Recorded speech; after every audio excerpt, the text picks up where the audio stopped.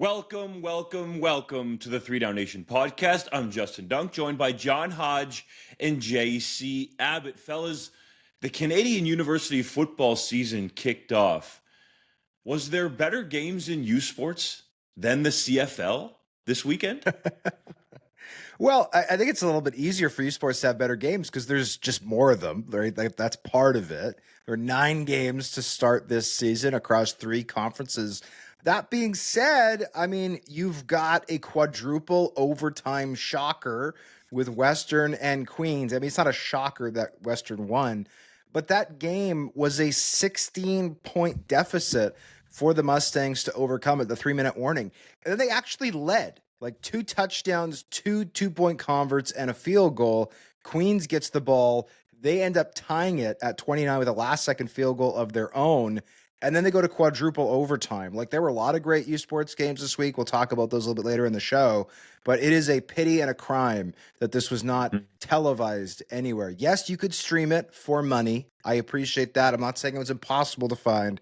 But your average Canadian is not going to pay money to sit and watch a stream on their laptop when the CFL is on TSN. This needed to be on national television, and more people needed to see this game. It sounds incredible. How do you know if those stats were right, though, Hodge? We don't, because the U Sports stat system is atrocious right now, and credit to U Sports for having some culpability, putting out a video after they had some challenges on Friday, which was the first day of the U Sports regular season. But I know U Sports went to Genius Sports, the same stats provider that the CFL had a couple years ago. They are now introducing this year a brand new system, so they've gone away from Genius. And at least in the very short term, it has not borne fruit. So we'll see if maybe it does moving forward. I know I was looking through all the play-by-play and stuff, and I found a 4th down in one of the games. I'm like, well, surely this is wrong, because there are not 4 downs in Canadian University football. So hopefully, maybe it'll be an arms race. We'll see which gets the stats right first. Is it the CFL? Is it U Sports? Right now, I'm putting my money on the IFL because it seems like someone else will get this right before we get it right. Unfortunately, it's a bit of a mess in the stats game right now. That's Sunday a real morning, turtle and snail scenario. Yeah, it is. I see Queens having scored negative 14 points in the third quarter. Is that possible in football? If you give up 2 pick sixes or something like that, I don't know. Yeah, if you moonwalk into the end zone, I like it. Or you run backwards, slow motion. I don't know. And look, I would feel bad for being a hater, but like, these stats problems have gone on for years. So like, at this point, I don't feel the need to sit here and say it in a sensitive political way. If the stats had been perfect up until yesterday, and then suddenly they went off the rails, I wouldn't be sitting here bashing anybody. I'd say, oh, well, historically, these stats are fantastic. We're all entitled to having a bad day. It's the first week of the season, no problem. But like, this has been a problem for years with the CFL, with U Sports. So we just have to call them out, and maybe they'll fix something. I don't know. Be better. I mean, this is simple. We've talked about it with the CFL time and time again. There are still issues there. And for U Sports, I'll say this much, okay? If the stats were as poor as the players on the field, or the effort that the players put on the field, then I would understand people not wanting to watch the product. But since I've been in U Sports, and I know people are counting how many times I reference it, the level of play has continued to go up so far that we have a Canadian University quarterback, Taylor Elgersma, legitimately competing for a 53-man active roster spot with the Green Bay Packers, okay? Coaches and players will tell you now that it is more than a full-time job. It's year-round what these guys are doing at Canadian universities. So U Sports, it's simple. Be just as good as the players on the field. Put in at least as much effort as the players each week. You are doing a disservice to your student athletes. I am sick and tired of the excuses from these institutions across the country. Be better. Match the level of your student athletes, okay? They have risen. You want to raise your fees and make money off their backs and their parents by paying, for example, for the subscription service, but your statistics fall so far behind. Like, it isn't even funny anymore. Be better. That goes for the CFL too. The product on the field has become really entertaining. And we've got multiple quarterbacks this season that are going to throw for over 5,000 yards, but yet you wouldn't know it sometimes because the stats are not working. And I know Stuart Johnston has said that if they want to be viewed as a professional football league, that they need to fix the stats. Or over half a season in. Get it fixed. USports, this isn't the first time that you've had a whole bunch of games on a Saturday. That's traditionally when you play games, okay? Just at least be as good as the student athletes on the field. End of rant, but it needs to be said. Like Luke Wilson, I totally agree with what he was saying on Twitter. Pete Diakowski chimed in. If we really truly want to raise the profile of our student athletes across the country, let's at least get the basics right. To shoot par on the golf course, you got to make your tap-ins. Like USports couldn't even make a 3-foot putt right now. Okay? I have that in common with USports. Get it right. Hodge, I think you could make a 3-foot putt. I put my money on you over USports. It's well said, Doug. When I play with my buddies, sorry to interrupt, JC, our rule is if the putt is shorter than the putter, it's a gimme. And I think that's because we're all afraid we miss them if we didn't. Anyways, continue, JC. Yeah. It's well said, Doug. And I think it's worth noting that for those of you listening who might not yet be familiar with the USports game, I would argue it's the most bang for your buck in the country, if not in North America, in terms of watching sports, right? You can walk up to your local university and for essentially pocket change, see some of the best the best football, the most entertaining football possible right in your own backyard with players that go on to long, successful professional careers, become stars in the CFL, become stars in the NFL even. That's available to you.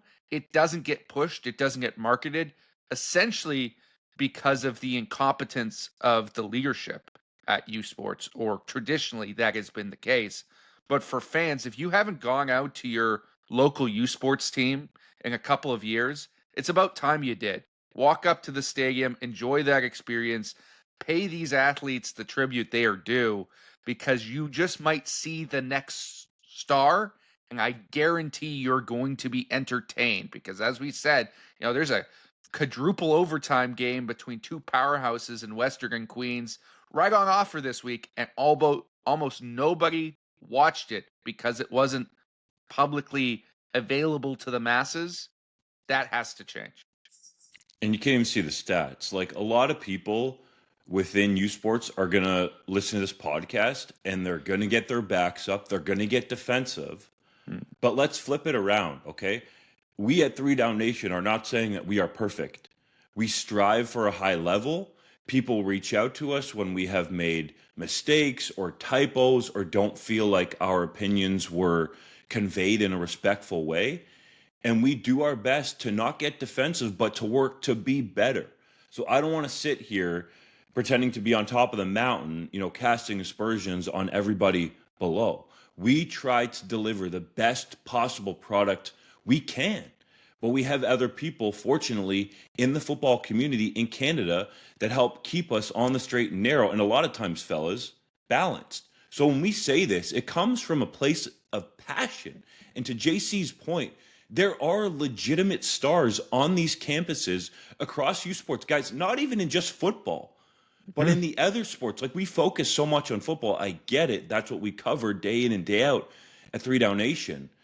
But this is what I'm talking about. Like, we have Olympians on these campuses across the country that I don't think get marketed properly, let alone football. But we're talking about guys that are legitimately going straight from USports now to being stars in the Canadian Football League. Look at the Philpott brothers. Those are easy ones to single out. Jalen Philpott, Tyson Philpott. You look at the NFL. You have guys that are being selected from USports schools in the NFL draft. And sometimes, fellas, it's hard to even come across a decent picture for some of these guys.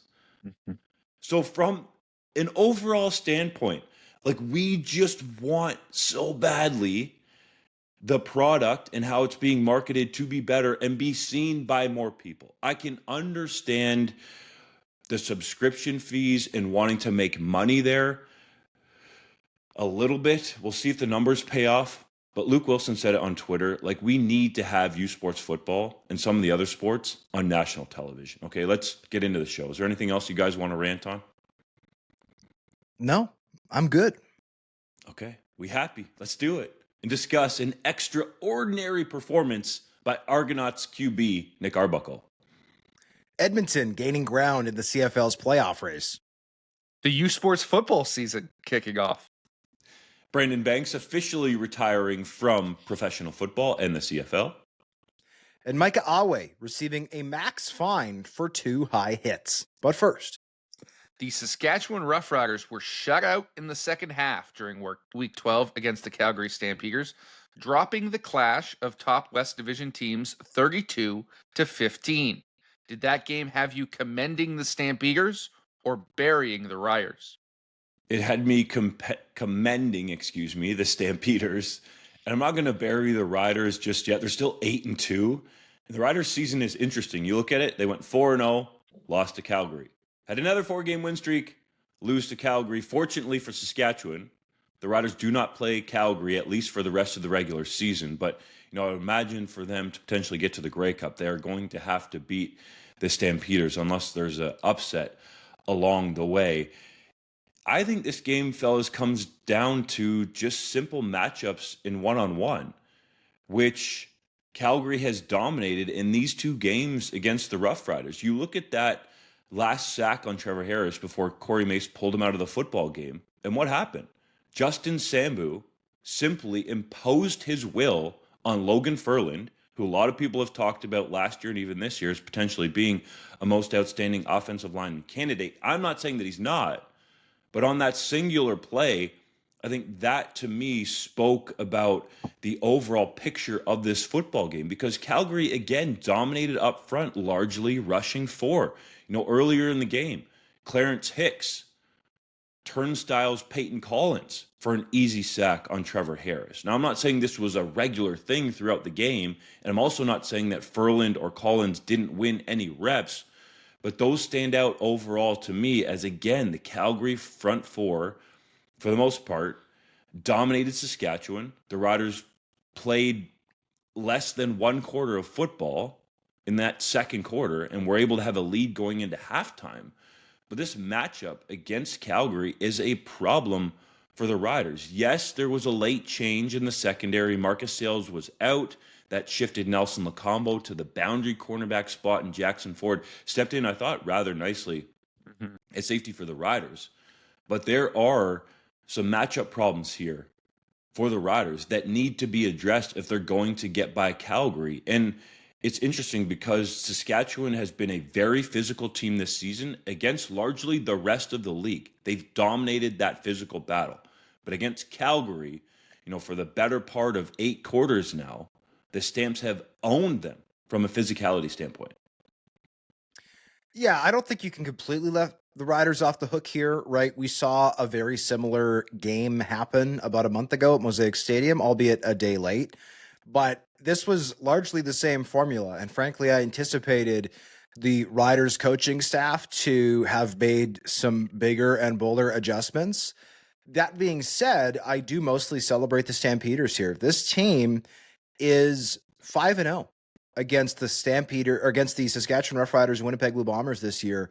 2 teams that were the top in the CFL last year, at least in the West Division, and against everybody else this year are a combined 14-1. Like, that is unbelievable. Like, they are 0-5 against the Stamps, 14-1 against everybody else. So the Stampeders, by the way, 4 of those 5 wins, not even close, right? There was the one walk-off win at McMahon that the Stampeders had over Winnipeg, but they dusted the Bombers twice, and they I wouldn't say dusted the Riders twice, but they pretty handily beat the Riders here twice. Neither of those games single-digit deficits. So I'm here to celebrate the Stampeders more so than bury the Riders. Vernon Adams Jr. has done an unbelievable job of going through those reads, taking what the defense gives him, picking and choosing his spots. Yeah, he had a couple of picks in this game, but I thought his ability to buy time with his legs, move the trajectory, move the pocket, He's been unbelievable. Dedrick Mills has been excellent. That offense, like Calgary's starting 2 rookies on offense and 2 Canadian rookies, right? CFL draft haters are always like, well, these kids don't do anything. It's like, well,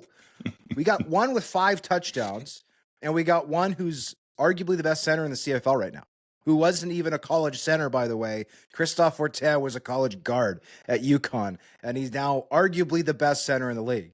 So I think the Stampeders are doing brilliant things on offense. And then defensively, I mean, you mentioned it, Dunk. Like, they are able to get pressure with 4 more consistently than any team in the CFL. And that makes life so much easier for the guys on the back end there, because if they get their opponent into a passing situation, they can run pretty conservative, 8-man zones or run whatever, double match or whatever you want to call it, all the standard coverages that CFL teams run on the back end, and they could pin their ears back with 4, and they clearly sped up Trevor Harris's clock.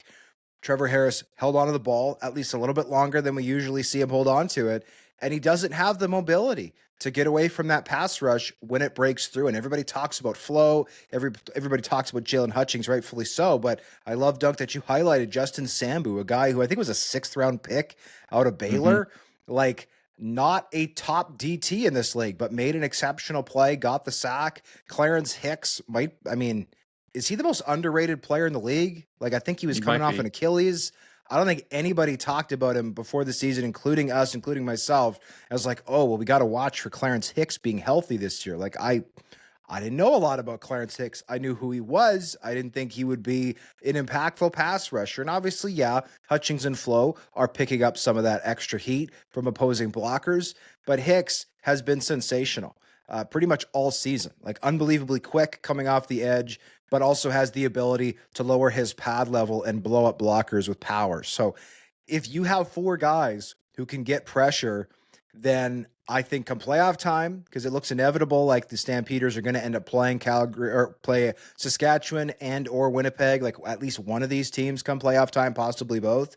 You'll have different meetings, right, in those locker rooms or in those coaching meeting rooms on the prairies in Winnipeg and in Saskatchewan. Okay, we have all the regular season game film. We know how this Calgary front destroyed us time and time again.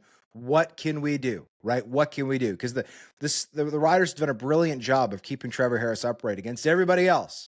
But this is now 2 games against the Calgary Stampeders where that was not the case. So they've got some homework to do for the playoffs. It's past time that we stop being surprised when the Calgary Stampeders do this, right? This is who they've been all season. And I think you can make a compelling argument that if Vernon Adams Jr. hadn't been hurt, that this would be a, 8-1 football team now? 7-1? How many wins they got? I don't have the record in front of me. 7. They're 7-1 football. So no, they'd be a 9-1 football team because they had the one loss with VA. Like, that's who they are. Without VA under center, they were a different team. They couldn't get it done offensively, but they're able to hit the big plays when they need it. They've got great blocking up front by that offensive line, both in the run and the pass game.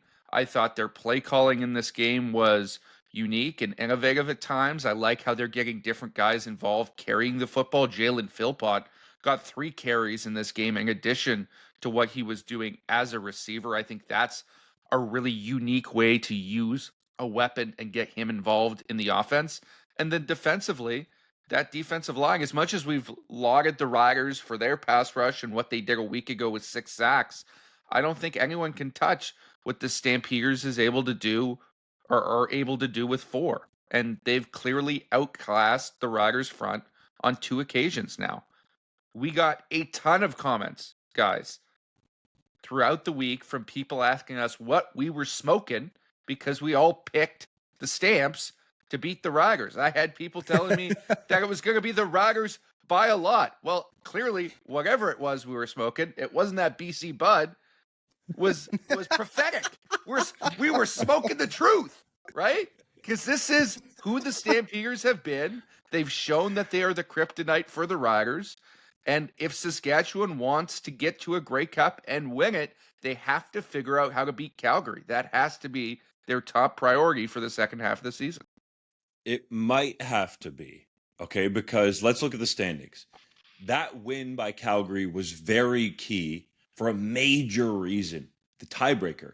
So if Calgary and Saskatchewan are simply tied in the standings at the end of the year, the Stampeders win first place, earn the right to host the West Final. But if the Riders can do as they've done the rest of the season and beat up on the rest of the league, stay in front for that West Final, then you're going to have likely, I'll say, the Stamps at home against Winnipeg, it looks like right now, or potentially BC. So the Riders could hope for an upset. So I don't want to put it down like it's going to happen in 10. You still got to learn to beat them. Yes. Like, well, they've proven. Play them again is what I'm saying. Yeah, you might get lucky, but they're still coming for you. And it doesn't seem to matter whether it's at McMahon or Mosaic. They've beaten them at both locations, and they've beaten them badly. So you can't rely on home field advantage to save you here. Rider Nation's screaming masses are not going to be your salvation. The Stamps are coming. You got to be prepared.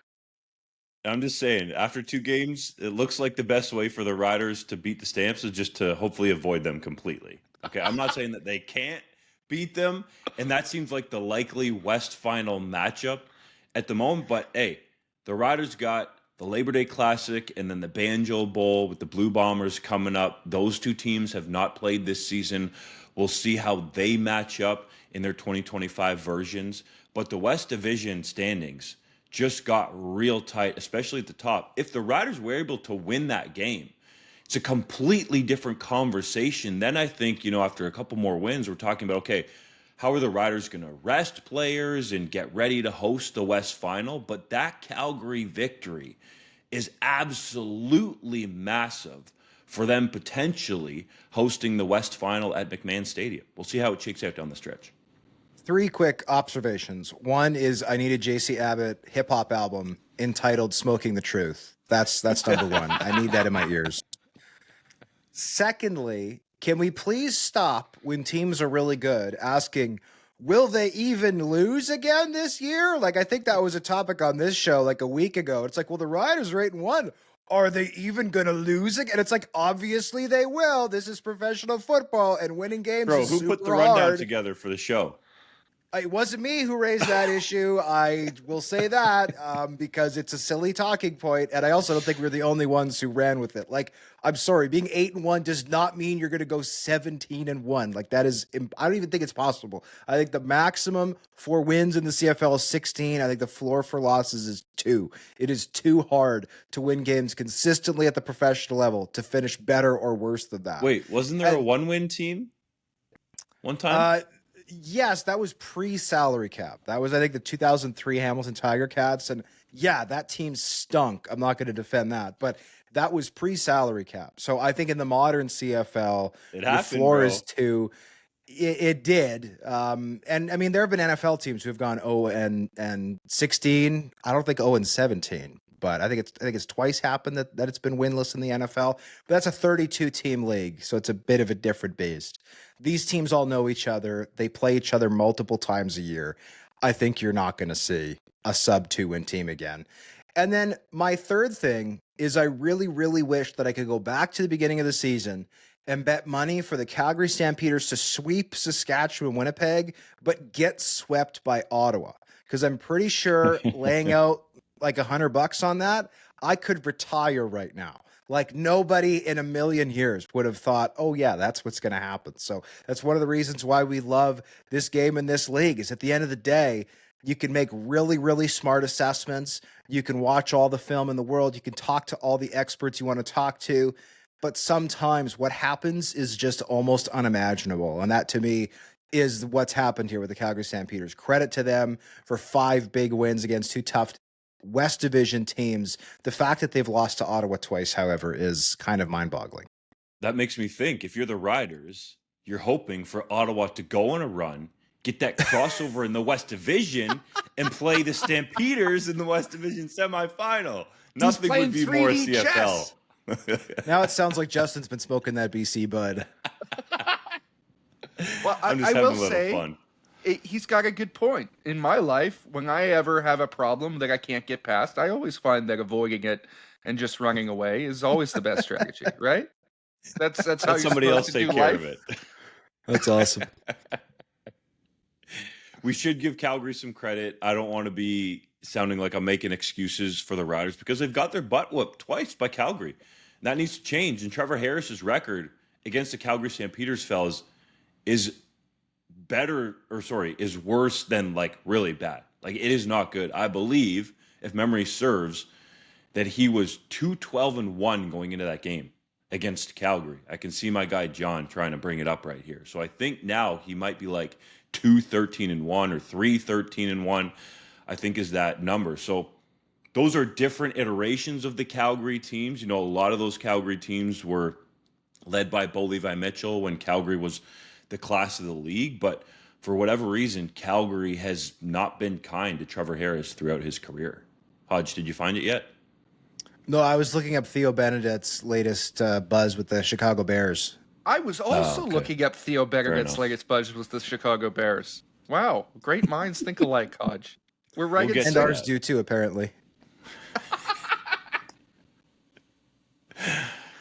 All right, let's keep it moving. Edmonton, the 5th place team in the West Division, now has a better record than the bottom 2 teams in the East Division after beating the Ottawa Redblacks. Would you like to see the CFL alter its playoff format to prevent the future possibility of 5th place teams missing out on the playoffs if divisions are uneven? I think we should make it a different way. Teams with better records in the West or the East missing out on the playoffs than teams who have worse records in either division. I don't understand what you just said, but I think I understand what the question was. So I'm going to lay it out this way. And the reason I wanted to talk about this, guys, is because somebody pointed this out to me. So the Edmonton Elks are 4-6. They're 5th place right now in the West Division, a spot where obviously right now it's impossible to make the playoffs, okay? 4-6. Well, the Montreal Alouettes, who are 2nd in the East Division, are 2 points up on Edmonton, essentially a half game up because they, of course, have a game in hand, which means that the Elks are 2 points out of 2nd place in the East Division. Now, they can't actually get to 2nd place in the East Division with the crossover rule, but bear with me. 3rd place in the East Division is actually Toronto at 3-8, but for all intents and purposes, with the crossover rule, it's the BC Lions, who are 5-6. BC has the tiebreaker against Edmonton, which means it's really like 3 points. So in a way, one can argue that Edmonton is further away from being 3rd in the East than they are from being 2nd in the East. Like, they are closer to 2nd, or pardon me, they are closer to 2nd in the East than 3rd in the East because BC is that much better. So it's wild. It's wild that the Edmonton Elks are in this conundrum. And I've been a proponent for this for a long time. This is not just woe is the Edmonton Elks, so this is my opinion now. For years, I have thought that the CFL should just go to one division. I do think that divisional games are nice, right? Every team plays 18. If you play every team twice, that gets you to 16 games. There's 2 extras. I think that those 2 should be rivalry/division games, right? Like, I think Winnipeg and Saskatchewan should play each other 3 times every year. Calgary and Edmonton 3 times every year. You know, Ottawa, Montreal 3 times. Toronto, Hamilton 3 times, etc., whatever. But at the end of the day, I think the playoff race would be more compelling if it was just a 9-team league and the top 6 teams made it. Like right now, Saskatchewan at 8 wins, Calgary at 7 wins. Those should be your 2 bye-week teams.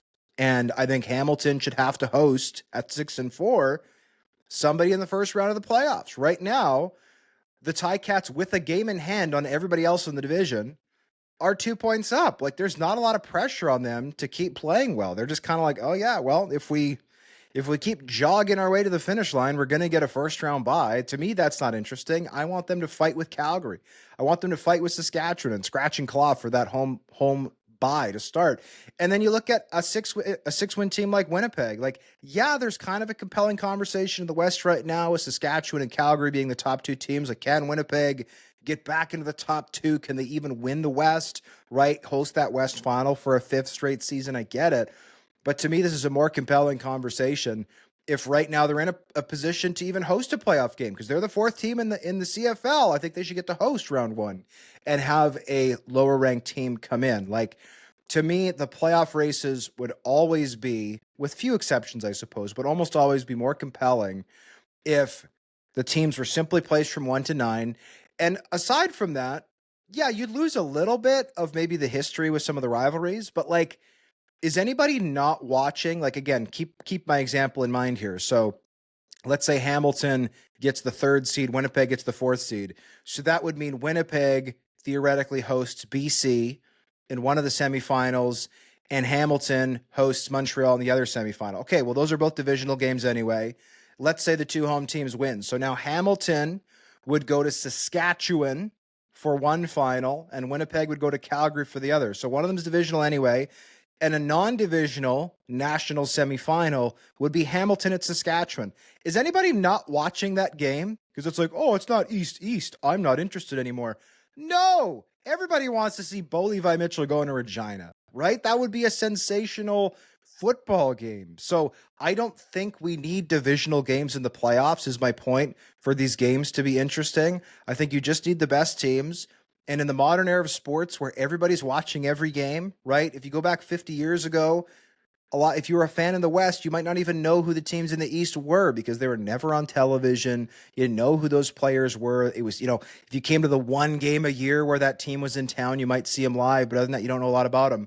These days, everybody knows every team. They know all the players. They can watch all the highlights. They can read all the stats when they're correct, at least.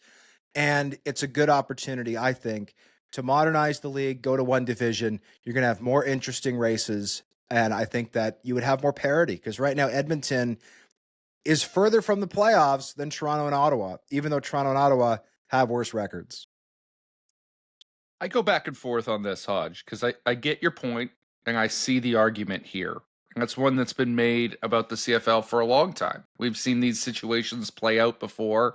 And because the divisions are unequal and not just in their sizes, but typically in their performance level, as we've seen the last number of years, it's going to keep coming up.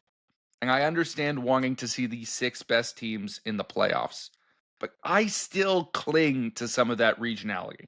I think you are playing with a little bit of fire if you are setting up a scenario, and we've seen the East Division struggle for the last decade, certainly for as long as I've been covering the league closely. They have been more often than not the weaker of the 2 divisions.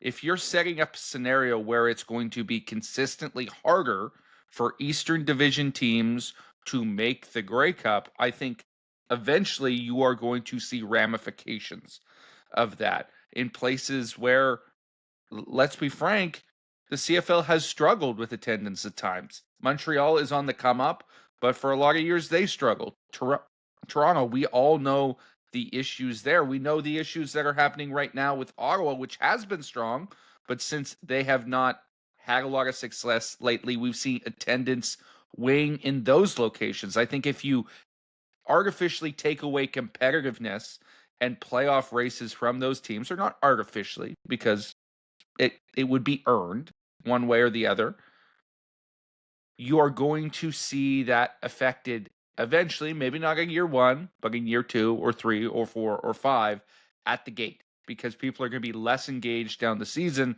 if the East is significantly weaker than the West, and they're going to be less engaged when it comes time for the Grey Cup, which still remains a premier television event in this country, in part because it has always been a West versus East showdown.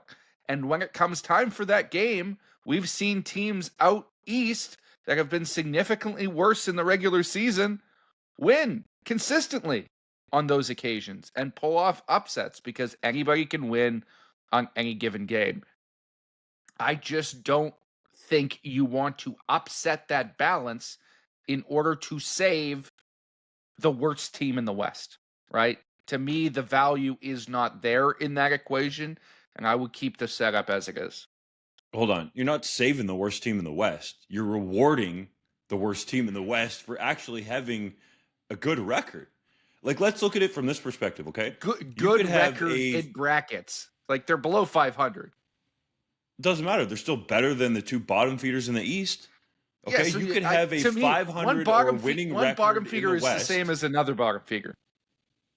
But it's different, dude. Like, if you have a better record in every other sport, and yes, there are more teams like in the NFL and the NFC and the AFC, then you make the playoffs. Like, you deserve to be in, okay? You could have a 500 or winning record in the West Division as a head coach and a GM and get fired. Like, that's happened. Instead of giving out participation playoff spots for the East Division teams, let's raise the bar. Be more competitive. You win, fans come out, okay? And not every Grey Cup, JC, has been East-West. 2007, Saskatchewan, Winnipeg. I know the divisions were different. Winnipeg was in the East. I know they were different, but technically, that ain't East-West, okay? Not every Grey Cup has been East-West. You want to raise the level of the CFL, the interest, the intrigue down the stretch. I don't know if Hodge's scenario is necessarily the best one going forward, because I think we'd have to think about it. Okay, how do you rename the playoff games? Because right now it's the West semifinal, even though there could be an East crossover, or it's the East semifinal, even if there's a West crossover team in there. Then you have the East final, the West final. So I think we'd have to figure out how to rename those teams. But I believe the best teams should be rewarded with playoff football.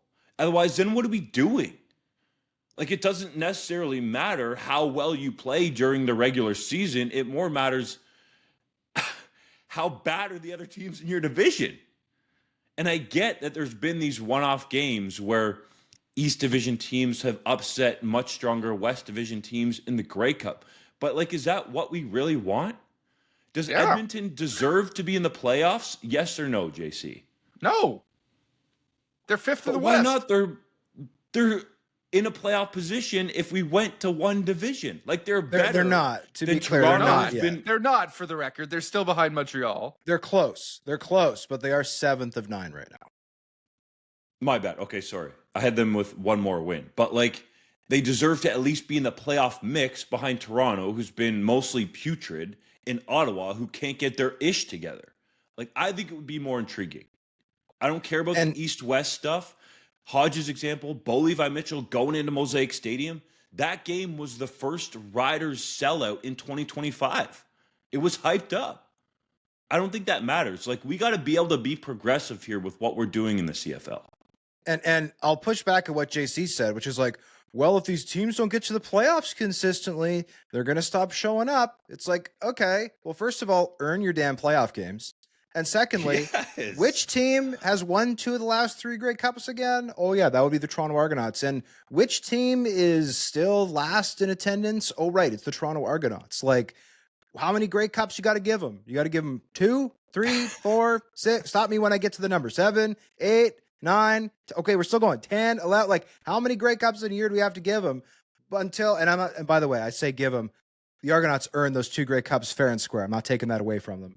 But what I am saying is, if 2 of 3 Grey Cups in the last 3 years still means worst attendance, then that is a tenuous at best example, I think, is a way for these to stay the same. Just earn your playoff berths. And as for the names of the games, I mean, I don't think they really need to change. Whatever westernmost team is available in the playoffs, they're the West final, the other's the East final. Is that a little bit silly? Yeah, but the Bombers have hosted East finals before, and the BC Lions have played in East semifinals before. Like, dumb things have already happened, and it's only a matter of time, by the way, before a West team crossing over to the East wins the East anyway. If James Wilder Jr. doesn't make an insane catch on 3rd down, I think it was 2016, then the Riders would have gone to the Grey Cup as the East Division team already once before. So, like, right now, it's looking like the Lions are going to be the 3rd seed in the East anyway. There is nothing remotely East about Vancouver. Vancouver is so far west, it's almost East again, I guess. But it's like the point is, this doesn't make sense to me. It never has. I think arbitrarily having 3 East teams is silly, and then trying to compensate by occasionally sticking a random West Division team in there makes it silly again. Like, just have the 6 best teams play. And if you don't want the divisions in there, whatever, that's fine. Well, then you can pick 2 legends. Like, this is the Russ Jackson Bowl, and this is the Doug Flutie Bowl, right? Like pick your players, pick your innovators, pick your builders.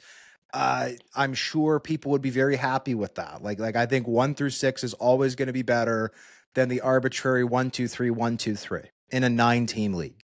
Hodge, you were thinking of the 2017 East Final, 17, by the way. Okay, 17, fair. I just think you're always going to have some version of this debate between who is the least worst of the worst teams. Not in a one division format. Yeah, you because are better than the other teams. You make the playoffs. Are you telling me 5 and 6 really deserve to be playoff teams right now? Like looking at the 5 and the 6 seeds have won the Grey Cup, bro. Like, what are you talking about? Yeah, but JC, what if you were a head coach or general manager? Listen, what if you were a head coach or general manager that was consistently in the West, watching, for example, like Marcel Desjardins have 500 or sub 500 records, consistently going to the Great? Bro, you would be pissed. Don't laugh. If you were a head coach or on a coaching staff, who's in front or of a GM or football operations, you would be pissed. Your team is like 2, 3, 4, 5 wins better, and you can't get a sniff at the playoffs because we have this archaic setup. It doesn't make sense, bro. JC, come on. Be better, man. Isn't this how you would talk to your football team that you coach? Earn your playoff spot. Don't give out participation. You earn your playoff spot based on the structure. What I'm saying is based on the structure of your division, and if it's trash, then you can make it with a less than sub 500 record. I also think, like, yes, I think it makes sense to have 6 teams make the playoffs. I don't think shrinking the playoff pool is a smart decision. The bigger issue is there are years where the 5th best team in the CFL is the 2nd best team in the East, and therefore they get a home playoff game. They get the revenue that goes along with that, and they get the home field advantage that goes along with that. If you just have the 6 best teams make the playoffs, then the 5 seed goes on the road, and that's a lot tougher to do in the playoffs than it is to do, right? Especially when the weather turns, right? Necessarily that in a random, week 4 game, it's a lot easier to go and win on the road than in the playoffs when everything's hyped up. You're probably getting a bigger crowd. The weather could potentially be a factor, all those things. So to me, it's not even necessarily about getting the right 6 teams. Like, that's part of it. But the other part of it is getting them in the right order, right? Because it's very seldom that the 4 home playoff teams, we'll call them, are the 4 best teams in the league. Like we have had years where it's like, okay, well, this team is number 4 in the West. They're the crossover team, and they have to go visit a team that's 3 wins worse than them or 4 wins worse. So then if they make it to the East Final, now they're playing a team with the same record as them. Like, that doesn't make sense to me. You should earn your home playoff game. You should earn your spot. JC, what's even your point here that makes some sense?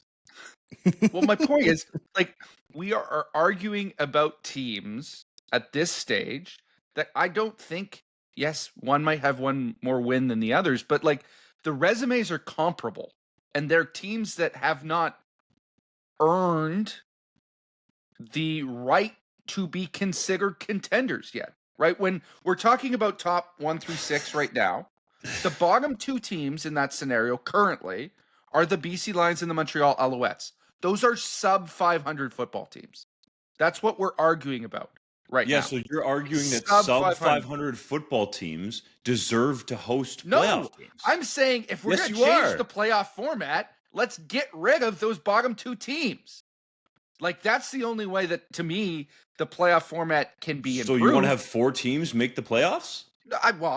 If we're going to change it, I'm fine with it as it is right now, but I don't think by shuffling it around and getting the team that is the 6th best and second to 7th what is best your point here? Makes it better. You want to go down to 4 teams in the playoffs? No, what I'm saying is I would prefer that to a shuffling around that ensures that the 6th best team is in the playoffs rather than the 7th best team. To me, I don't find that compelling. And I think that there are potential ramifications that even in this more globalized, more nationalized era could have effects in terms of both the popularity of some of these weaker teams. Okay, so to Hodge's point then, the Toronto Argonauts have won 2 of the last 3 Grey Cups. How has that helped them get more fans out? Well, This plays right into your point. Explain. I think it hasn't this year because they've been terrible. But in between the two Grey Cups, when they were posting the best record in the East, right? They had an uptick. Yes, in fan the attendance. best record. Yeah, but that was Earned coming it. off a Grey The Cup success best record. where they were an underdog. It's simple. Like that, you it win, happened at the start. fans show up for the most part. The Argos being in the playoffs or not, or winning the Grey Cup or not, has not really tangibly, in a big way, increased their attendance. Okay, So that argument, I'm not buying at all. You So in struck that out argument, there. You're that's striking fine. out by saying that you So want to go then down why to do we 4 have teams in the playoffs. Why do we have the semifinals then? So if your argument is that getting into the playoffs doesn't matter for attendance and for team popularity, okay, I'll accept that. Then I'm why saying for do the we have 6 Argos, it teams in the has not playoffs at mattered. all?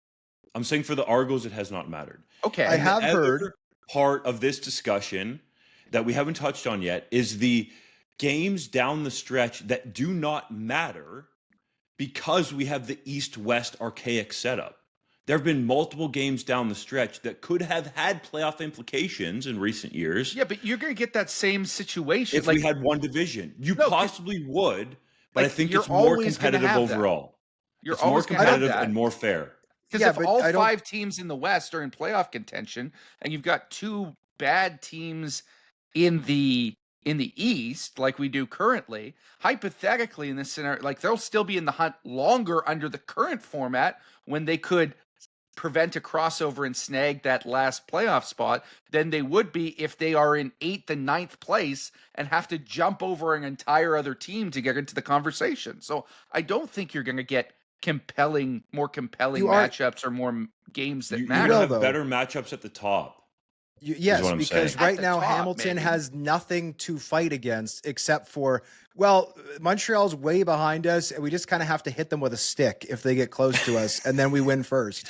I want to see a CFL where Hamilton has to battle against Calgary and Saskatchewan, whether it's directly or indirectly in the standings, to be the number 1 seed in the CFL. Now, I will say to JC's point, I think a 4-team playoff is interesting. The downside is you're going to have teams checking out early because once you hit 8th, 9th, you're not really going to have a hope of finishing top 4.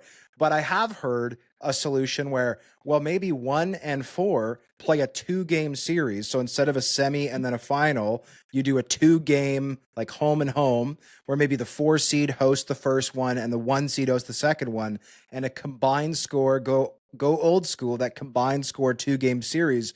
Winner advances to the Grey Cup. You can call again. One of them can be the Jackson Bowl. Another can be the Calvillo Bowl or whatever you want to throw at it. And then the winners go to the Grey Cup. I think that will be very interesting. But I do think that only having 4 playoff teams would potentially hurt the entertainment value late in the season when you've got bottom teams trying to fight their way in. I also think that provides maybe it doesn't make it harder on the top teams. I was thinking, the top team, theoretically, it is a one-off right now. If you have a bad game, you can lose your East final, your West final. If you have a home and home, maybe that lowers that a little bit, but obviously you can still stub your toe in one of those games. And you also theoretically be going on the road for one of those games. You don't get the home field advantage that comes along with being the true top seed. So I don't think there's a perfect solution, but I think JC's point seems to be, well, it wouldn't be perfect if we changed it. So let's don't change it. I think we should look at changing it to try to improve it. I don't know that it Nothing's would going to be be improved. perfect. That's my point. I don't know that.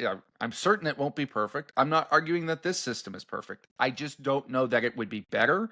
And frankly, I just am not particularly sympathetic to the plight of a 6th place team that unfortunately misses the playoffs because of the divisional format. Like, you're in 6th place. Like, cry about it. I win more games. Like, if you want to win If under you're the in current 6th format, place, you make the playoffs. in your format, I'm saying, like, if you're in 6th place in the entire league, you might miss out currently because the 7th best team is higher in their respective division. Okay, To but me, you're I don't find that to be compelling. with the 7th place team's argument to be in the playoffs over 6 who has actually earned it on the field. I don't think they necessarily, like, the BC Lions just lost to the Toronto Argonauts. At that point, like, you are picking shortest straws. I don't find it particularly compelling one way or another. And I don't have a lot of sympathy for those teams. Like, whoever gets the draw gets the draw. You can pick it out of a hat. But Like, what I'm saying those is you have guys haven't earned sympathy it. for the 7th place team over the 6th place team that's I actually don't earned have it on any the field. sympathy for them. I don't. I'm just saying, I think there are valid benefits to having divisions. I think it keeps more of the country engaged for longer. And I'm not going to sacrifice that in exchange for helping a 6th place football team. I don't think that has enough benefits for me personally. I'm not going to cry about Make it the make fact sense, that, bro. That doesn't make sense to me. You're I saying you think don't care for JC 6 in a 1 division, but you care for 7. I don't get no, it. I don't care about them either. My point is, I think they are interchangeable. They both have poor resumes, and I really don't care which one of them makes the playoffs. They probably haven't earned the right to be there and be considered contenders. Justin and I are of the opinion that it's worth changing history to get the 6th team and the seeding right. JC's opinion is that it's not worth changing history to get the seeding and the 6th place team right. I think We're not even both talking about explained the our 6th arguments. team. We're talking about like the seeding and actually earning I said where that you're the at. seeding and the 6th place team. You and I are of the opinion that it's worth changing history to get the 6th seed and the seeding correctly. JC is of the opinion that that is not worth it because he doesn't really care who the 6th team is and he likes the history. And I disagree would love with him, to hear but I get the JC's point. opinion. If he We was have to the move on. hypothetical We have to general move on. manager We're of moving the on. 7th place We are team and moving his on. butt gets fired, We are My moving opinion, even though on. he has would be a I better should be a record better by 2, general 3, or manager. 4 We've been wins. talking about we If are you off have a the better rails. record by 2, 3, or 4, if you have a winning record, you get fired, bro, while you're Can watching somebody an East Division please team with a Nobody- less than record A go to the cucumber Grey Cup? covered in Nobody's quinoa going to in have Justin a winning Doug's record mouth. in that scenario. Like, Boys, if that's the scenario, gentlemen, my job is to win more we games. are done. We're done. We're done. We're done. We're done. We're done. Following an extremely impressive 430-yard, 4 total touchdown performance. You guys are badly behaved today. Nick Arbuckle is now on pace for almost Yes, teacher, I 5,700 will be passing better. yards. And listen, Oh, no, dude, you're not gonna apologize while interrupting me. That is not going to happen. That conversation's done. It's over. You guys can take it off air if you want to. That's fine. For context, Chad Kelly threw for 4,100 yards and 23 touchdowns when he won M.O.P. in 2023. Thus, the question is, should Arbuckle receive serious M.O.P. consideration this year? My gut says no, just based on what I've seen. But we had a similar conversation you're last not year. giving out when- MOP participation awards, JC? Let the man talk. We had a similar conversation last year with the Hamilton Tiger Cats and Bo Levi Mitchell when a guy put up remarkable stats for a team that was not particularly strong and ultimately missed the playoffs. And the Toronto Argonauts are not a good football team right now. But Nick Arbuckle has done some remarkable things over the last couple of weeks in some very tough circumstances. He threw for 430 yards in this game without DeMonte Coxey, which is a feat in and of itself. That is not a big name Toronto receiving core. He was getting it done with Dejon Brissett and with Jake Herslow. I think that is a real testament to him. I think it's a testament that he is putting up these numbers despite the fact that they have had consistently poor protection from that offensive line, right? That needs to be taken into account. So I am not ready to outright dismiss Nick Arbuckle. If he keeps playing like this, I think he deserves to be in the conversation. Am I going to necessarily vote for him in the award or give it to him over some of the other compelling QBs around the league who will likely surpass 5,000 yards or get close to it for better football teams and have done perhaps more to elevate the teams around them?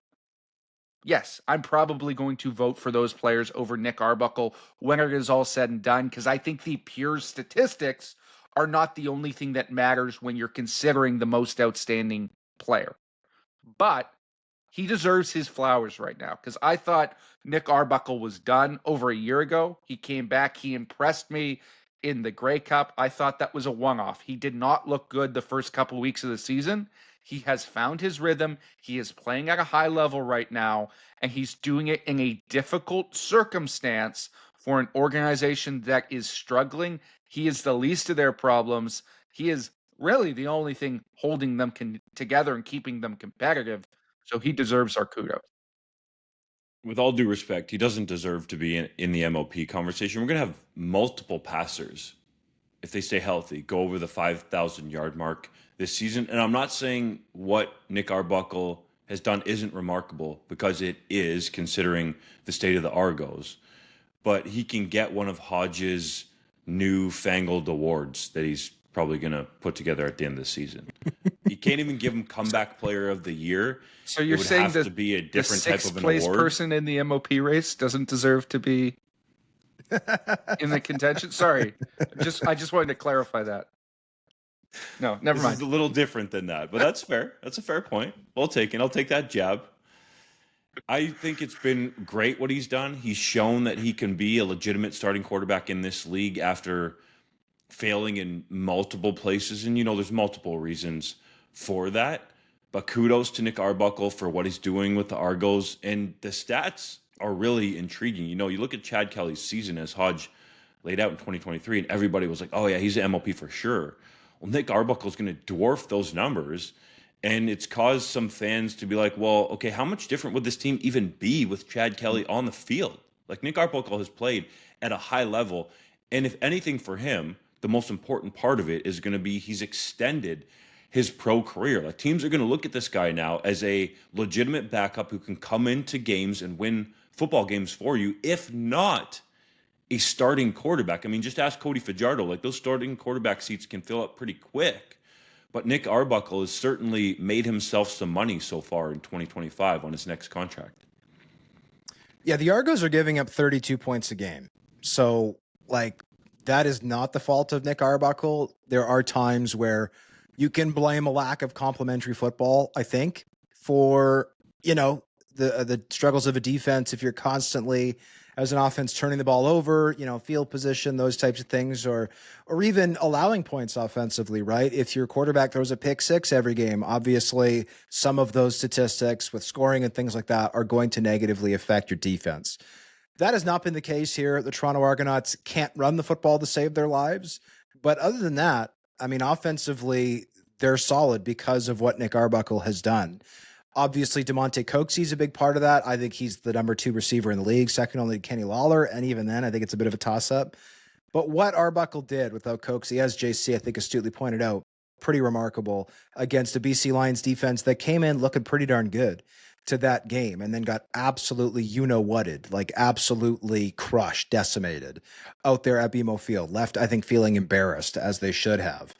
I don't see Arbuckle right now as a legitimate M.O.P candidate, but I do think that playing on a bad team should not preclude somebody from winning an award. I think it's something to take in consideration. Like when we do our weekly 3-down awards, offensive player of the week, defensive player of the week, what I will often consider, because I do take feedback from everybody, all of our contributors included, who cover all the different markets across the league. To me, how good the team did is like a tiebreaker, right? If you get 2 great defensive performances and one guy played on a team that gave up 4 points and won, and another guy plays on a team that gave up 100 points and lost, it's going to the 4-point winner, not the 100-point loser, right? And that, I think, is an appropriate thing to take into consideration. But I don't think it should be the end-all be-all, right? And we don't know what the numbers will look like at the end of the year. This is just the pace Nick Arbuckle is on. It doesn't mean he's going to throw for 5,700 yards and 33 touchdowns. He might throw for even more, right? He might even outpace himself, or he might, have very little success over the rest of the year. We don't know. We don't know the future. But I think Arbuckle deserves tremendous commendation. The other thing I'll say is Ryan Dinwiddie deserves tremendous commendation because I think he's made mistakes this year. Obviously, defensively, I think that coaching staff regressed over the course of the offseason. I think that the personnel, not that this is Dinwiddie's fault, but the personnel regressed a lot from last season. But the fact that between McLeod Bethel-Thompson to Chad Kelly and now to Nick Arbuckle, consistently, Dinwiddie, since becoming the head coach and OC in Toronto, has consistently had quarterbacks who had either had limited success elsewhere or no previous success elsewhere in the CFL. He has consistently put them in positions to not just produce, but produce at a very high level. I think speaks tremendously to him, because I think we've seen quarterbacks with tremendous tools on other teams never realize their potential, right? And the fact that Ryan Dinwiddie's like, oh, you've got limited physical tools and I'm putting you behind a bad offensive line and we can't run the ball to save our lives. Yeah, I can make you an M.O.P. Like, that is unbelievable. So I know that on the whole, his team has not performed well at all this year. And he's obviously in agreement with me on that, because he's called out that very same team multiple times now publicly. But Ryan Dinwiddie deserves, I think, tremendous respect for what he's been able to do with his quarterbacks, not just this year, but throughout his tenure in Toronto. The guy is, I think, without a doubt at this point, the number one QB whisperer in the league. And I know he's talked about the NFL a little bit. It wouldn't surprise me if at some point an NFL team came along, or a high-level college team came along and was like, hey, we need to get this guy working with our quarterbacks, because clearly what he's been able to do in Canada is pretty remarkable. It has been remarkable, especially for a guy who, like, let's not beat around the bush, has been a bit of a sacrificial lamb, right? Go out there behind that offensive line because we don't necessarily trust them to protect Chad Kelly's leg right now. And to do what Nick Arbuckle has done, speaks volumes about him as a person and as a player. Don't think he's going to win the award at the end of the day, but when you talk about what he's been able to put up, the difference between him this year and Bo Levi Mitchell last year has less to do with their actual performance and more to do with the fact that other players around the league are playing better and have been healthier for longer. So we can't just outright dismiss him in this conversation. If a couple of guys get nicked up, I don't think it's outside the realm of the possibility. I don't think it's highly likely, but it is not outside the realm of the possibility that at the end of the year, Nick Arbuckle's numbers are going to be up in that top 3 M.O.P. conversation. I'll agree with one smart thing JC said. It's the fact that there are other players in the league playing at a similar, if not higher level, more consistently this season. Bo Levi Mitchell has had, at least one down game that we saw in Saskatchewan. Trevor Harris has stubbed his toe against the Calgary Stampeders in the second matchup. The first one he threw for over 400 yards, and there was a game that he missed. People are going to make the argument for Vernon Adams Jr. I think Kenny Lawler, if he keeps going along at his current clip, is going to be in the conversation. So what Nick Arbuckle is doing is really good. And if it was a year like last year, to JC's point, with what Bo Levi Mitchell did in the East, I think that would be some legitimate talk. But there's going to have to be something happen to these other players for Nick Arbuckle to seriously get consideration. The NFL's cutdown day is set for Tuesday, as teams are required to get down to a 53-man active roster and then can formulate a 17-man practice roster once the initial cuts clear waivers. Could Taylor Elgersma make the Green Bay Packers? And what about some big-name former CFL players or Canadians who might be on the bubble? All right, I'm going to focus on Mr. Elgersma, because it is clear to me, and based on talking to some sources, that Elgersma has a really good chance to stick with the Green Bay Packers. Now, whether that's the 53-man active roster or the practice roster is to be seen. But I think it was very clear, anybody that knows even a little bit about football watching in the preseason saw that Taylor Elgersma outplayed Sean Clifford, who has been in that offensive system for going into actually his third year now, like over 2 years since he was selected by the Packers in 2023. And that Elgersma seems to have more upside. Just from an improvisation standpoint, like Matt LaFleur gave him some praise for a couple of the plays that he improvised on in that game against Seattle and was able to keep the chains moving for the Packers, let alone throwing his first career preseason NFL touchdown pass. Some people might laugh, but that's a big deal. Like, this guy went from Wilfrid Laurier University to legitimately competing in the NFL. I don't think we can talk about that enough. That is a massive jump. Every step along the way, Taylor Elgersma has shown that it is something that he can fit into, assimilate to, and get better at. He's progressed in terms of how he's looked in the preseason. He earned more playing time in the preseason based on just that little bit that he played in the first preseason game with less than 3 minutes to go. That got him more playing time and actually got him into the game in the second preseason game earlier than Sean Clifford against the Colts.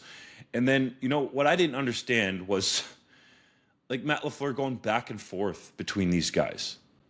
I just don't think that you can properly evaluate a quarterback, and Matt LaFleur knows way more about that than I do, but by having these guys go in and out, like play them for a full quarter or more if you want them to be in the game. He said something after the game to the effect of, well, it keeps them both dialed into the game, but that's not how they're going to play in a real game if they ever had to go in.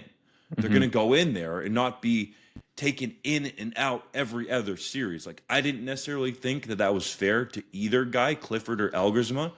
But again, Elgersma did his thing, moved the offense despite coming in and out of that game. So that's definitely a scenario to watch. There are some other people around the NFL that will say, okay, well, there's going to be some other talented quarterbacks who do get waived and could potentially be picked up and added to the practice roster or the 53-man active roster. But I just look at the time invested by the Packers here. Signing Elgersma in May, him being in that offense, it seems like that means something to the Green Bay Packers. That's out on the flip side. Malik Willis was able to come in last year. I think it was a trade around this similar time, if memory serves me correct. Not really knowing the offense very well and being able to go 2-0 in the regular season while Jordan Love was sidelined. So to me, that's the major storyline to keep an eye on. There are some other guys that we'll get into, but Elgersma has certainly done enough, I think, to even earn a spot on the 53-man active roster if the Packers decided to keep 3 quarterbacks there. And that's a massive jump in pay, going from the practice roster where you make over $200,000 US to the active roster where you're making, I think it's just under $800,000 US as a rookie.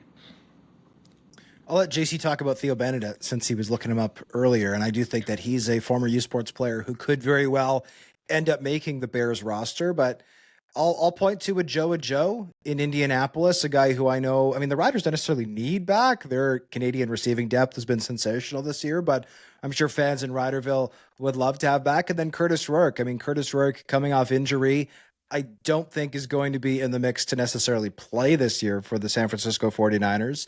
But evidently they liked him enough to use a 7th-round pick. So we'll have to wait and see how the numbers game plays out in San Fran. But obviously a guy who they liked enough to draft, but isn't healthy, right? Coming off that torn ACL. I think it's kind of impossible to predict what will happen there. So those are 2 names I'm watching for, but who knows what's going to happen. Cutdown day is Tuesday, as JC noted, and then PRs are set after that. So stay tuned to 3DownNation. We'll have articles for all of these guys who are released or waived or PR'd across the NFL with CFL connections who of course have Canadian passports. For me, it's all about the Hoggies. And the big story, as you mentioned, has been Theo Benedict this preseason, who went from essentially an afterthought with the Chicago Bears to working his way legitimately into the conversation to be their starting left tackle. And I don't necessarily know that he's won that conversation. We'll see as the week progresses. But I think he's earned his way onto the 53-man roster. He's been massively impressive throughout this entire preseason. He's gotten praise from head coach Ben Johnson.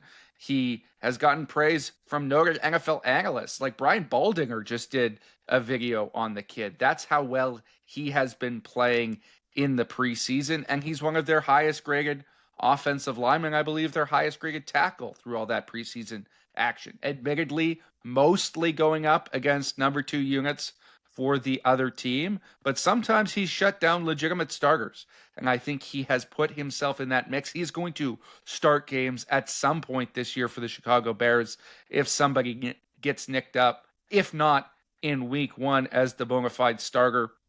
That's the player I saw coming out of the draft.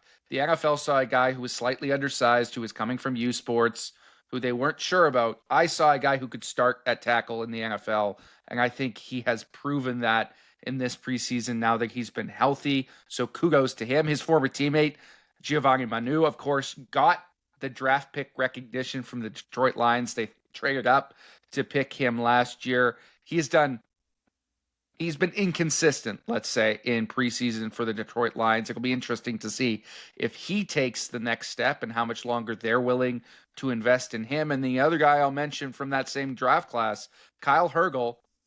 The New Orleans Saints have been decimated by injuries along the offensive line. He played a little bit last year. I'll be interested to see if he's in the mix for week 1 for the Saints because they've had a lot of injuries up front. The best part about what Theo Benedette has been able to do with the Chicago Bears is that it's a new coaching staff. Mm-hmm. Usually it's out with the old, in with the new, a bunch of guys that are your dudes, but after Matt Eberflus was fired, Ben Johnson comes in. He has impressed that staff so much that he's put himself in line to possibly start for this team. And not even possibly start, but possibly start at left tackle. Like, that's unbelievable for one of, if not the most creative offensive mind in the NFL. It's part of the reason why Ben Johnson got the head coaching job in Chicago. He could potentially be protecting, Benedette that is, the blind side for Caleb Williams. Like, this is a remarkable story. Again, a USports athlete that could have been marketed better while he was at UBC by a bunch of different parties, but a guy who is now assimilated to the NFL level, went semi-viral on Hard Knocks. What was he called? The Canadian Eagle? The Canadian Eagle, flying high with a freaking Speedo on, doing his rookie skit. Like, that was some great stuff. He's just accepted everything and really done well in the majority of the facets there with the Chicago Bears. But to me, that's what stands out, fellas, is a new coaching staff has taken a liking to Benedette.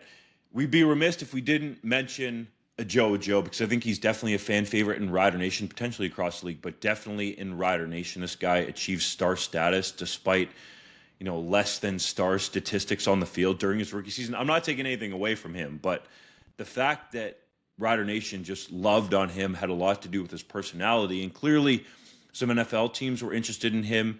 He's been at Indianapolis Colts training camp, but I've heard that he struggled with press coverage, and he's a guy that could be better suited to the CFL using the waggle. Then he can get that big body running downhill at you. That's not to say that he's not going to potentially be in the mix.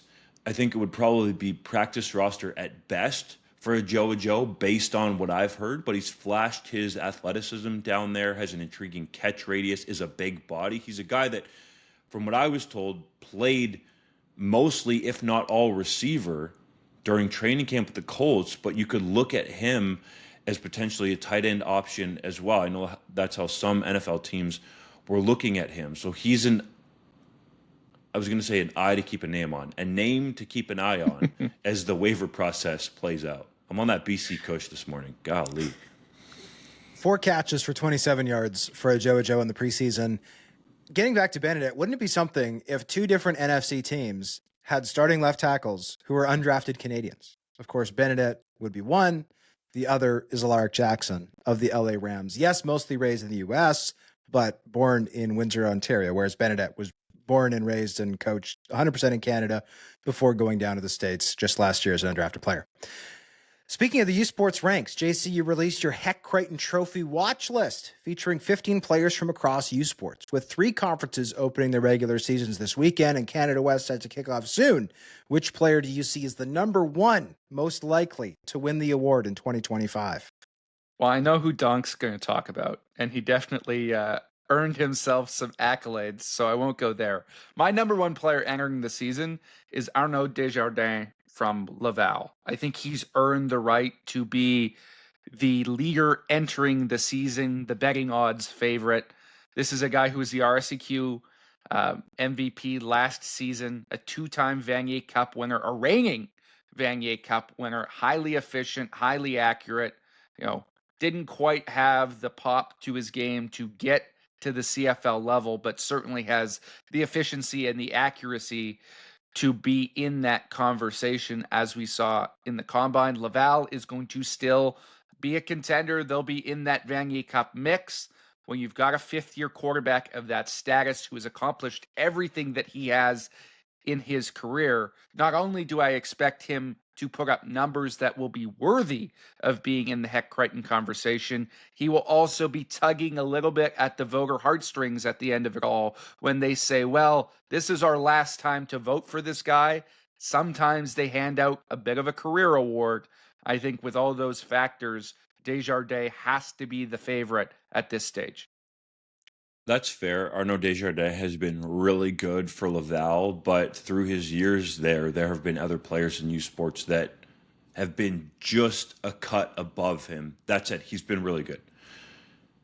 For my choice, I want to get out in front of this, okay? Because people are going to count the number of times I say Guelph or Griffins, but this is a completely unbiased take, okay? I think John and JC legitimately know this well, that I make anybody from Guelph earn it above and beyond anybody else before I praise them or talk about them in my reporting. So this has nothing to do, people are going to hate me even saying this, with the fact that I played at the University of Guelph, that I have an affinity for that city. That's where I was born and raised, still call home to this day, back on the baseline. We have a family farm there, all the rest. This literally has nothing to do with any of that. From a completely unbiased standpoint, watching Tristan Aboud throw, going into entering his third season, he has the potential to be, and I'm not saying this lightly, fellas, the next Canadian university quarterback who gets legitimate pro interest on both sides of the border, CFL and NFL. The name is Tristan Aboud, University of Guelph quarterback. Look no further than how he performed in week one. The opening 30 minutes were not great. He held onto the football a little bit too long, but he was still 8 of 14, if the stats are right, for 90 yards. He came out in that second half against Laurier, who is returning 10 of 12 starters and has arguably the best secondary in the country, led by one of the most athletic dudes back there in Malik Cote, who you guys know real well from your CFL draft coverage. And he passed for 415 yards, completing 27 of 41 balls. Okay? Oh, by the way, he added 9 carries for 96 yards and 2 touchdowns, one of them a 40-yarder on the first drive of the second half in the third quarter to start a comeback. Guelph spotted Laurier 23 points in the opening half. Callum Wither came in, the Ohio University transfer, and did his thing, finding Ethan Jordan for a couple of majors to help pad that early lead. But Tristan Aboud put that Griffins team on his back, along with some of his buddies, his roommate, Willem Arsenault, 5 catches for 120 yards in this game. He's from Calgary, spent time at Dave Dickinson's football camps out there while he was developing as a youngster. But if you are wanting to watch high-level quarterback play, there's going to be lots of it in USports this season, I believe, and we'll get into some of these other names like Arnaud Desjardins we just talked about. Tristan Aboud might have the biggest upside of any Canadian university quarterback playing right now. For example, his head coach, and yes, he's biased, Mark Soria, said that he believes Aboud is the best quarterback in the country. This is a guy that was from Montreal, played Cégep football, went down to a prep school in the United States, has a chip on his shoulder because he believes that he could have, if the opportunity presented itself, led a big-time NCAA Division I program, and some people are going to laugh at that. But you go stand beside this guy, watch him throw the football, and then look at that tape from what he did to that Laurier defense in the second half. And yes, he needs to play more consistent football. This guy's outstanding. He definitely should be on the Hec Crighton watch list, but he should be on your own personal watch list because he is a high-level quarterback, along, as I said, with some of the other names that we're going to talk about, playing university football in this country. And I'm not going to sit here and say that, all of these guys could be the next Taylor Elgersma, because that opportunity doesn't come along too often. But more teams in the NFL are going to start to look here because of what Taylor Elgersma has been able to do. Tristan Aboud could be one of those next guys along with a handful of others. Yeah, I completely agree with you, Dunk. I think he's on the short list of people who can be even in that conversation. And there's lots of Hec Crighton worthy quarterbacks that aren't in that conversation. But Aboud has enough of a frame. I think he's listed at 6'4". He carries it well. He has the arm strength. He has the poise. And the thing he has over Elgersma is he's more mobile, right? This guy can run a little bit. He can escape the pocket. He can create. That was the knock on Taylor throughout the draft process for all his other strengths. That's not an issue with Aboud. And I think the best is yet to come from him. And he's only in his third year.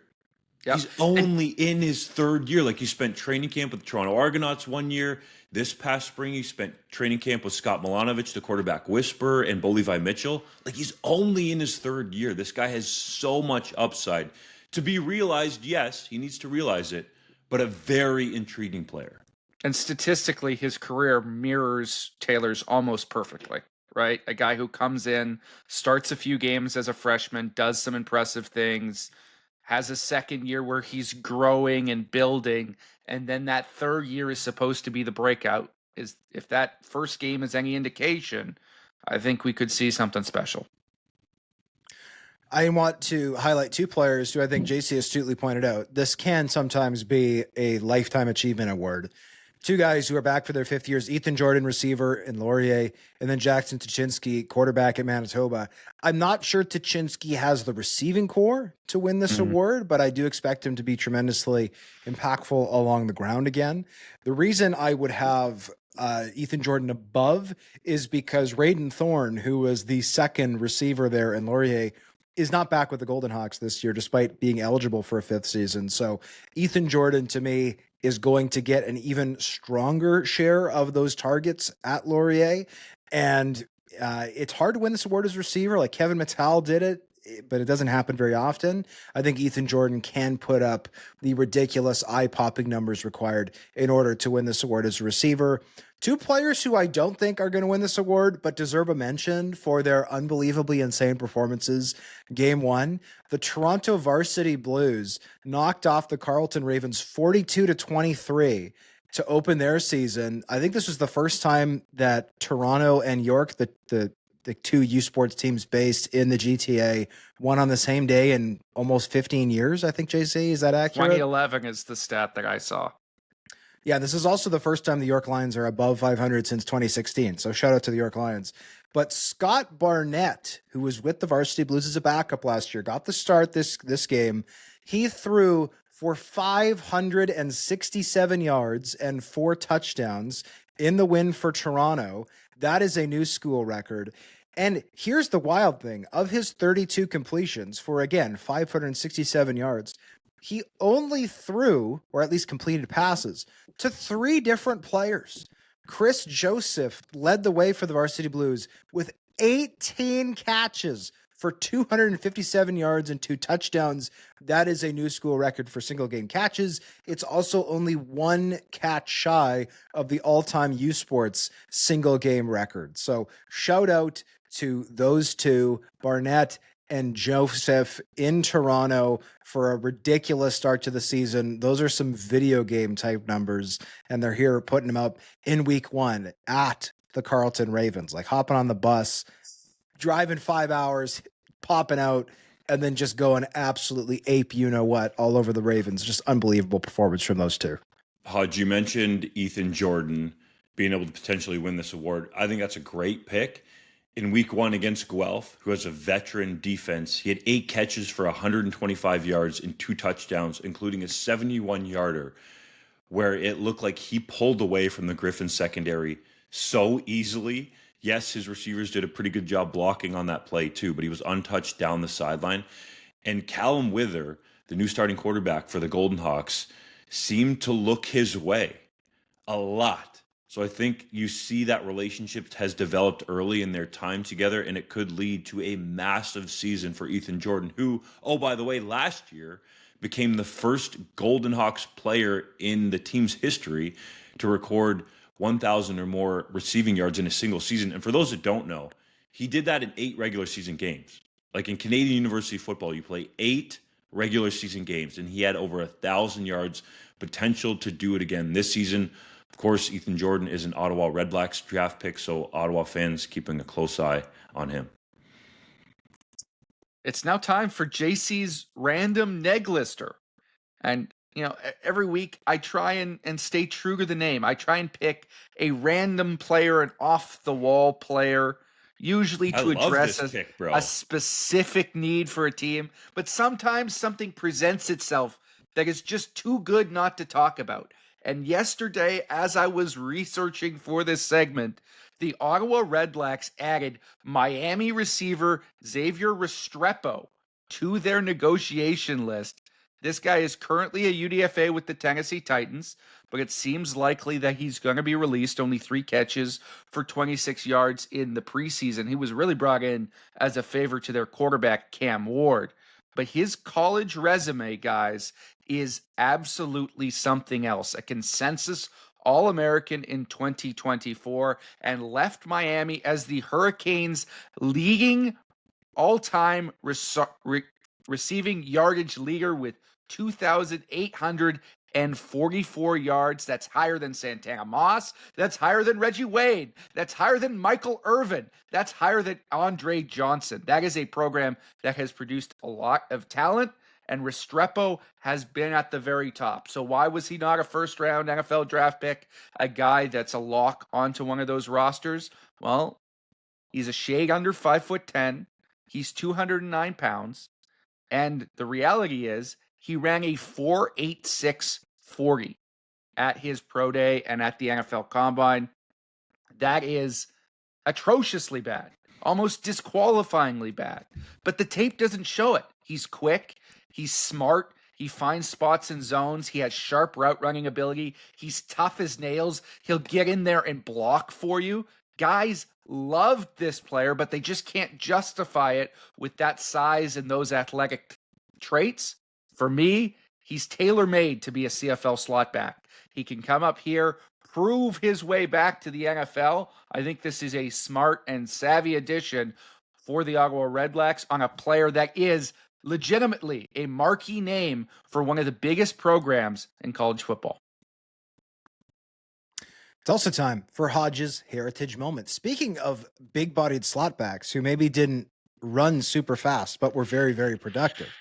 On this day in 2017, Nick Lewis became the CFL's all-time receptions leader when he caught his 1,030th career pass. The longtime Stampeder, who was then in his 4th season with the Montreal Alouettes, retired at the end of the year, finishing his career with 1,051 catches for 13,778 yards and 68 touchdowns. The 3-time All-CFL selection was inducted into the Canadian Football Hall of Fame in 2021 and has since head coaching stints in BC and Calgary. So my next question has to be, JC, is Xavier Restrepo the next Nick Lewis? Well, he's not quite as thick as Nick Lewis. I haven't checked. No one's as thick as Nick Lewis. How tall was Nick Lewis? Nick wasn't so thick when he came into the league, though. Yeah, he was probably about Restrepo's size when he came into the league. Yes. The Geronimo era was when it was skinny Nick, and then he thickened out over the course of his career. I don't think it's a terrible comp, to be honest, because Nick Lewis was always a guy who was greater than his athletic ability or greater than his speed. And the other thing they have in common, Nick Lewis could lay a hell of a block. He took a lot of pride in that part of his game. Xavier Restrepo does the exact same thing. He gets his nose dirty, so perhaps there is a little bit of synergy there between our two weekly segments. And for the record, Nick Lewis listed, depending on where you look, 5'10" or 5'11", so which means he was probably just a shade under 5'10", exactly like Xavier Restrepo. Though, Nick, if you're listening, please let us know exactly how tall you are. We would love to know. It's also time for Justin Dunk's 3-minute drill, but it involves other people. I don't have my own segment, and I'm not really sure why, but we'll continue on. Do you want Justin Dunk's random Guelph Griffin? You just talk about a random Guelph Griffin. I love it. Nobody would like that, but I was thinking about highlighting a Canadian quarterback at any level, potentially. So we'll see. Sure. It's in the works. I'm just joking around. I hate referring to myself in third person. That's just a personal thing. It's fine that you guys do it, but I just despise doing it myself. So sorry Abbott for that. disagrees. I apologize profusely. So does Hodge. God. Okay, let's keep it moving. That's gross. University of Toronto Varsity Blues receiver Chris Joseph caught 18 passes for 257 yards in a tug in his team's 42-23 win, as Hodge mentioned earlier. Is that reception total a single game U Sports record? It's not. I forgot I talked about this already in the show. I was just so excited. So I'll use this as a chance to plug my weekly Around U Sports column, where I write about various performances from U Sports players. I break down all the games. It is one shy of the record. My column's out already for this week. And that record is held by Tyler. I'm trying to find my column here. Tyler Smith, I think, of Alberta, said in 2016. Tyler Turner, thank you. My column's not popping up here. We're having technical problems like Genius Sports. This is ridiculous. We got to be better. Come on. Give me 5 seconds. All right, I'm in the article. So it's the two receivers who have the record, and it's shared. They both caught 19 passes. Were Andre Talbot, who went on to a very respectable CFL career.